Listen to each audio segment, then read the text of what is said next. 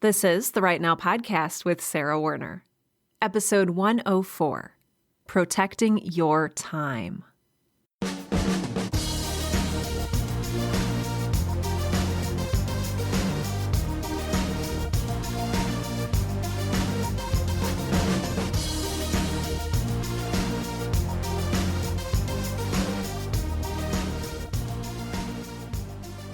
Welcome to Right Now, the podcast that helps all writers, aspiring professional and otherwise, to find the time, energy, and courage you need to pursue your passion and write.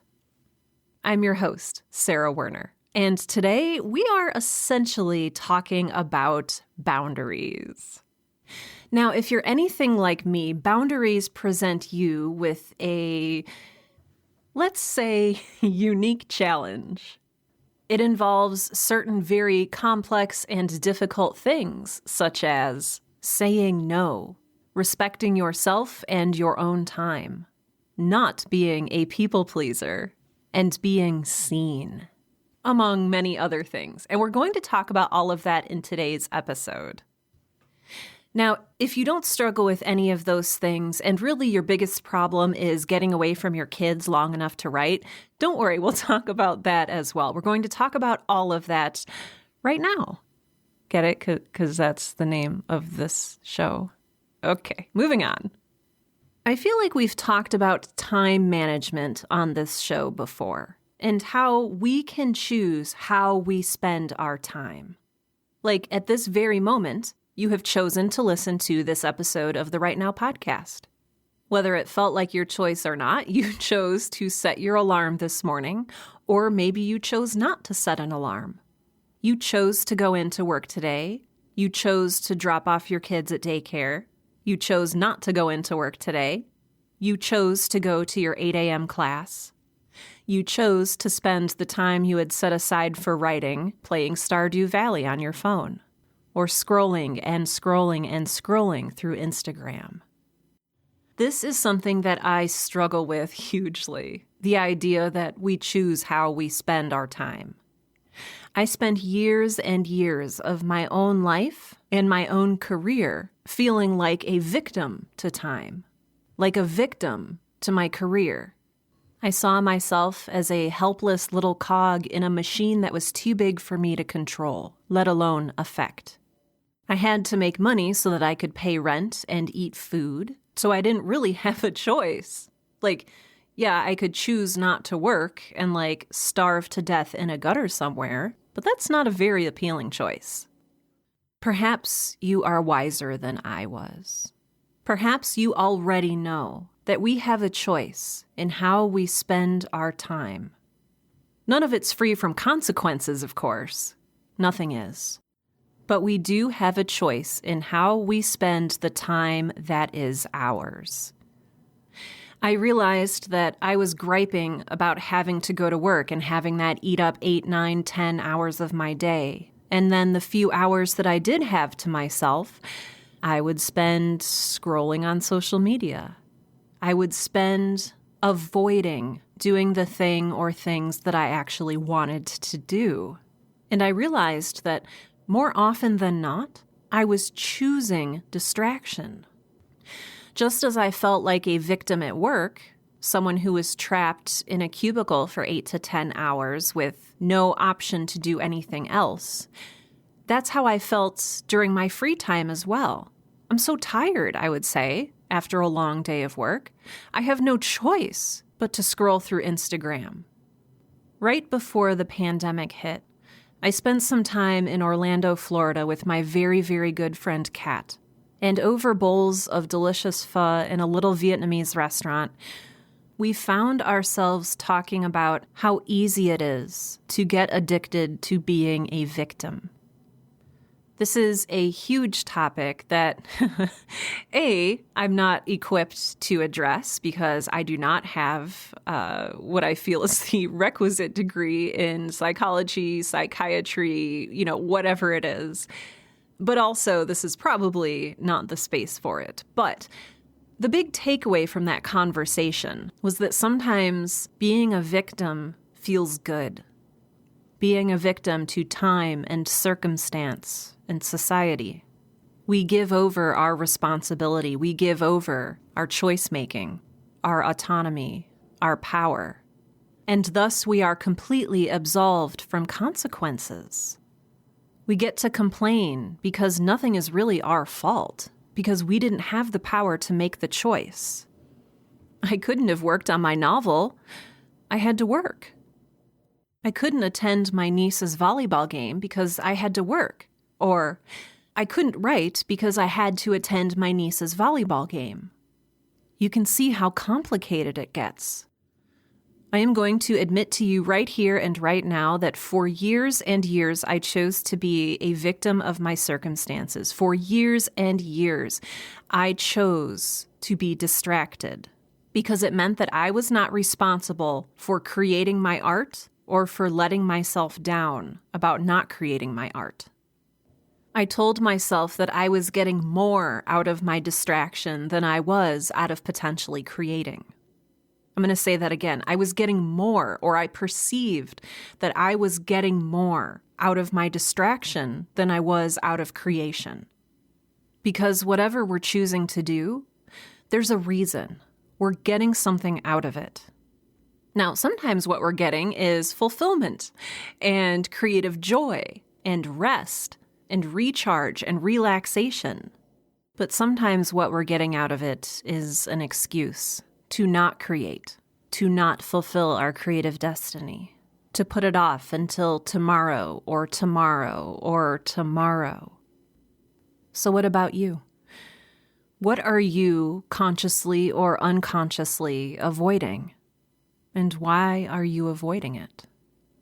And while we may not be able to control how much time we have, we do have control over how we use it. As Gandalf says to Frodo in the Fellowship of the Ring, all we have to decide is what to do with the time that is given us. Now, one thing that Gandalf does not mention is how to protect that time. And I think that's what a lot of it comes down to. When we decide how to spend our time, do we commit to it? This week's episode is all about protecting your time, but in order to protect that time, we first need to choose and then commit. I was thinking through some of this, and this is where I realized that I fall short. Because while I am really great at keeping commitments to other people, or at least I like to think I'm great, I am terrible at keeping commitments to myself. If I commit to a speaking engagement, I am there early. I am there with coffee in hand. I have my laptop. I have my presentation prepared. I have all of the cords and dongles that I need to connect to the AV equipment. I honor that commitment.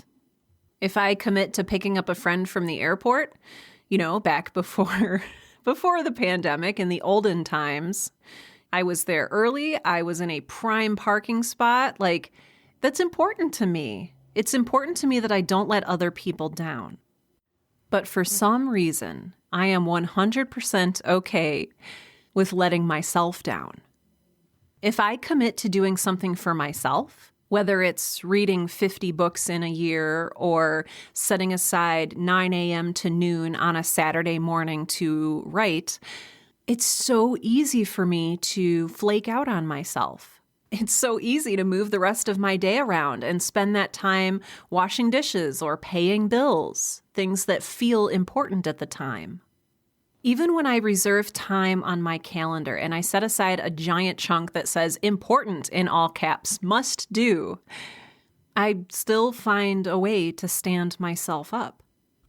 Now, the reason why I do this is rooted probably in a whole bunch of different things. And again, I don't have a psychology or a psychiatry degree, and this is just my own observations about my own behavior. So I want that caveat, but I think it's rooted in avoidance, procrastination, self-sabotage, resistance, and fear, which, if we're being honest, are kind of all the same thing. I think there's also a healthy dose of low self-worth and low self-respect, and maybe even some broken trust in myself. Because when I don't show up for myself, When I don't show up for my commitments to myself, I'm essentially betraying my trust in myself. I'm betraying myself.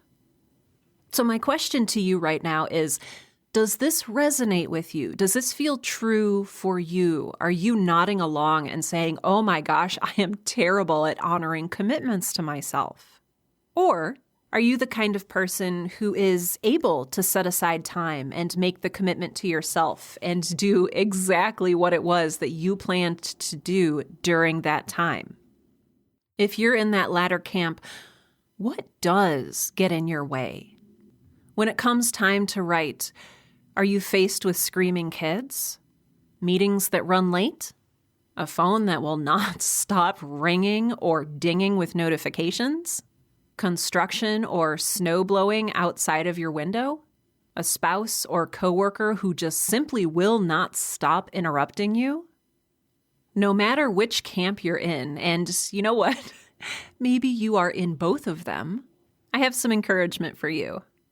Whether the culprit is internal, so, ourselves, or whether something external to us is getting in our way. So, the screaming children, the demanding coworkers, the constant phone ringing. The answer is protecting our time. And I know it may sound hard to believe, but this is something that we can all do. Now, if it's something internal, so if you are the one who is getting in your own way, I think the first thing to do is acknowledge that. Sometimes we as creators are our own worst enemy, and before we can resolve an issue, we need to acknowledge that it exists. You can write it down on paper, you can journal about it extensively, or you can even just sort of look up to the ceiling, think for a moment, nod to yourself, and say, I've been getting in my own way, and move forward. I think that if you're like me and you are terrible at making commitments to yourself, the best thing we can do is to begin with setting very small and very achievable goals. Sort of like incorporating flour into bread dough, we're going to very slowly begin to reincorporate trust in ourselves into our lives. We're going to show ourselves that we can show up for ourselves. We can commit to ourselves. And we can do that by insert your very small goal here. I have very recently had a huge epiphany with small goals. And this is part of why I wanted to share this with you today. I had to prove to myself that I could show up for myself every day and write. I started with a goal of, I started with a goal of 2,000 words a day. And I said, you know what, I can do that. If I really push myself, I can do 2,000 words a day. And the first day I got 600 words. And the second day I got 448 words. And on the third day I was like, I can't do this. I'm constantly letting myself down. And so I reestablished my goal. And now my goal is very manageable, and it's very simple, and it's very doable. And that is the key. My daily goal is now 2 pages of my script. If I want to go over that, or if I have the energy or the time to go over that and write 3, 4, 5, 6, a million pages, that's fantastic. But I just need to get in my 2 pages a day. And I can feel good about myself, and I can feel good about reaching that goal. And every day it adds up. That's what we forget, maybe, I think, or at least I do. I don't want to project any of this onto you. So I apologize if that's what it feels like I'm doing. But I am the kind of person who, if you say the word habit to me or building a habit, I just get this gross shiver of horror. Because at some point in my life, I associated habit with drudgery and should. But you know what? I enjoy writing my 2 pages every day, and it makes me feel good. It makes me feel fulfilled, and it makes me feel like I'm actually making progress. Something that is small and doable. What is that for you? Is it 10 words every morning before you go to work? Is it 100 words every Thursday morning?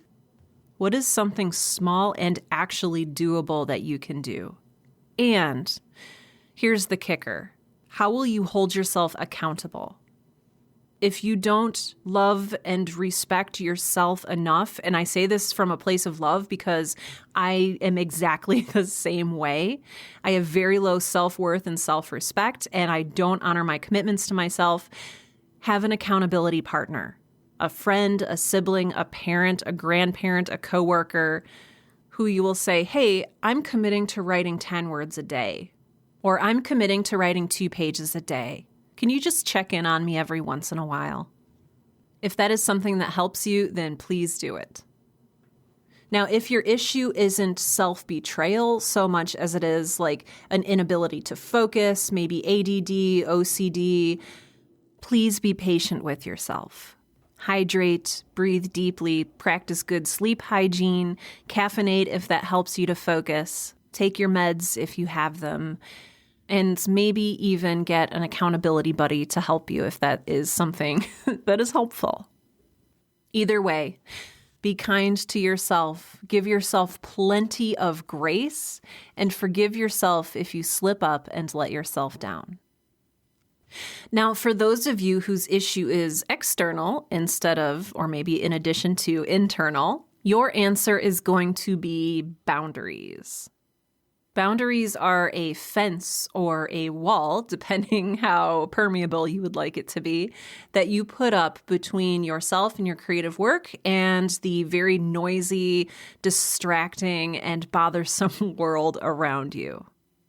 Now, I'm coming at this from my own experience and my own issues, and you will come at this, from your own experience and your own issues.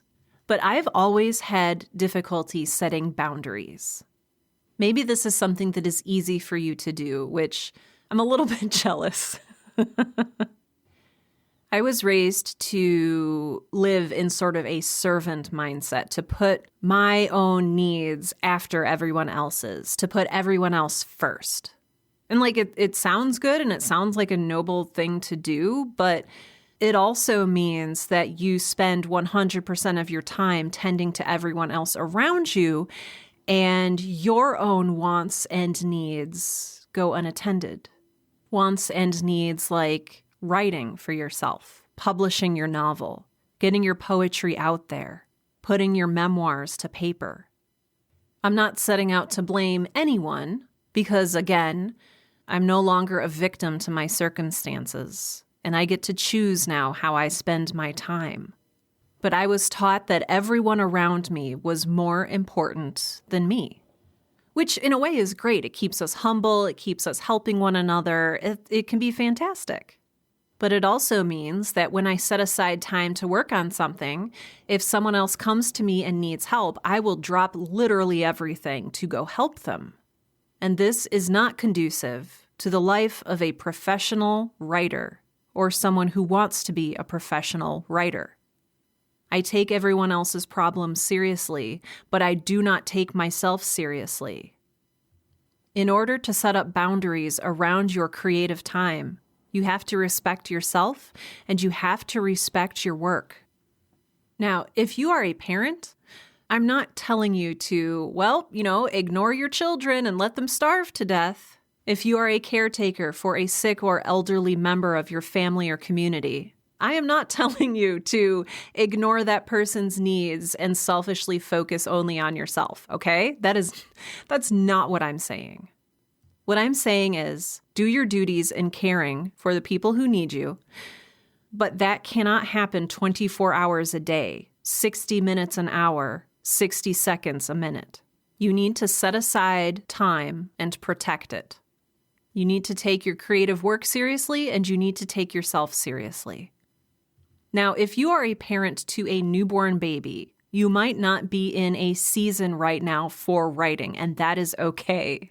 I've talked about creative seasons before in episode 96, and so I encourage you to listen to that to determine whether the season is right or not for you to focus on your creative work. But if you are in a writing season right now, if you are in a period in your life where you can set aside time to prioritize your creative work, then I want you to do it. And I want you to honor that commitment to yourself. So if external time protection issues are what you're struggling with, perhaps one of these ideas will help. So setting your calendar as unavailable, turning off your phone or setting it to do not disturb mode, signing out of Slack or Discord or Twitter or Instagram or wherever it is that people are demanding your time and attention, closing your office door, and, if possible, locking it. And if you don't have a door, see if you can get out of other people's line of sight. And yes, I am suggesting that you hide. Virginia Woolf has a wonderful book called A Room of One's Own, in which she talks about the importance of the creative space. And even Stephen King talks about, in his wonderful book on writing, the importance of closing the door. Maybe for you, it's something like investing in sound-canceling headphones, which I did, and they are amazing because I'm so easily distractible. Finally, and this is the clincher, learn how to gently and firmly say no. This harkens all the way back to episode 9, way back from 2015, episode 9 of the Right Now podcast, which is called Saying Yes to Writing, in which I talk about how saying yes to writing means saying no to so many other things. Saying no is really hard for me as a people pleaser. All I want to do is say yes and make people happy. Sarah, will you run this charity bake sale? Yes, I'd love to. And then I end up having to run a charity bake sale. And that takes away time from writing. Saying no is almost physically painful for me. Because part of me is asking, oh, who do I think I am? Who am I to deny others access to me? Who am I to deny them my help? But when I say that out loud, do you hear some ego in there? Like, oh, people need Sarah or they'll die. That's not true. People are just fine without me. Now, again, this does not apply to you if you are the parent of a newborn. That newborn baby is dependent on you, okay? But I'm talking about silencing my phone. I'm talking about getting off of Facebook, Instagram, Twitter, turning off my notifications. If it's an emergency, they'll be able to get through to me. But if it's a distraction, I'm closing the door. Time is our most valuable and limited resource. And your time is important. Your time deserves to be protected because you deserve to be protected. You deserve to live out your dreams as a creative individual, as a writer, as a poet, as a memoirist. Like I said earlier, saying no, every time I say no, it feels like a small death. It feels like I'm letting someone else down and my heart plummets. But I've started doing it, and I've realized that the world goes on without me, and I can sit here and focus on my creative work. It's not easy, but it is so important. So whether it's internal or external factors that are getting in the way of you protecting your writing time, I hope that some of this advice today helps. I would love to know in the comments for today's episode. So if you navigate to today's episode number 104 of the Right Now podcast, and scroll all the way down to the show notes for today's episode, there is a comments section. I would love to hear your thoughts. I would love to hear what gets in the way for you. Is it internal? Is it external? Or are you already good at protecting your time? Is this something that you didn't need help with? And if so, let us know what you're already doing that helps you to protect your time and to set aside time for your work as a writer and creator. Again, those show notes are out at sarahwerner.com. That's sarahwerner.com. And this episode is episode number 104, Protecting Your Time. Those of you who have listened to the Right Now podcast before know that I am able to make this show available to you for free via the generosity of my patrons out on Patreon. Patreon is a secure third-party donation platform that allows you to donate $1 per episode, $2 per episode, $10 per episode, $700,000 per episode, whatever works for you and your budget, so that I can go on and create this show. My patrons help me cover hosting costs and other costs associated with podcasting, including now transcribing each episode so that it can be available for everybody, no matter what accessibility level. So, special thanks this week go out to patrons Amanda L. Dixon, Laurie, Leslie Madsen, Regina Calabrese, Sean Locke, TJ Brick, Tiffany Joyner, Leslie Duncan, Ricardo Lugo, and Sarah Lauzon. Thank you all so much for your generosity and your thoughtful giving. I truly appreciate it, and I would not be able to make this show without you. If you are interested in becoming a patron, you can do so in two ways. You can go out to my website, sarahwerner.com. That's SARAHWERNER.com. Navigate to the show notes for this week's episode number 104, and click Help Support This Podcast. Alternately, you can just go right out to Patreon at patreon.com/Sarah Ray Werner, all one word. So either way, I truly appreciate your thoughtful giving. If you are not in a financial place where you can support the show, you can support it in other ways. The best way you can do that right now is just by telling someone else, another writer, a friend who's been thinking about writing a novel or a screenplay or an audio drama. Let them know about this show. Building our listener base is a wonderful and beautiful thing, so thank you in advance for doing that. If you haven't listened yet, last week I released my very first audiobook onto this RSS feed. So if you haven't listened yet, last week's episode is called The Writer's Mindset Manifesto, and it is everything that you need to break through the current barriers that keep you from creating your best work. So I'd love for you to give it a listen. It's completely free. It's out on my RSS feed. So wherever it is that you are listening to this very podcast, you can also listen to my free audiobook. So I hope you enjoy it. I hope you listen to it. And yeah, just let me know your thoughts. And with that, this has been episode 104 of the Right Now podcast, the podcast that helps all writers, aspiring professional and otherwise, to find the time, energy, and courage you need to pursue your passion and write. I'm Sarah Werner, and I am going to honor my commitments to myself.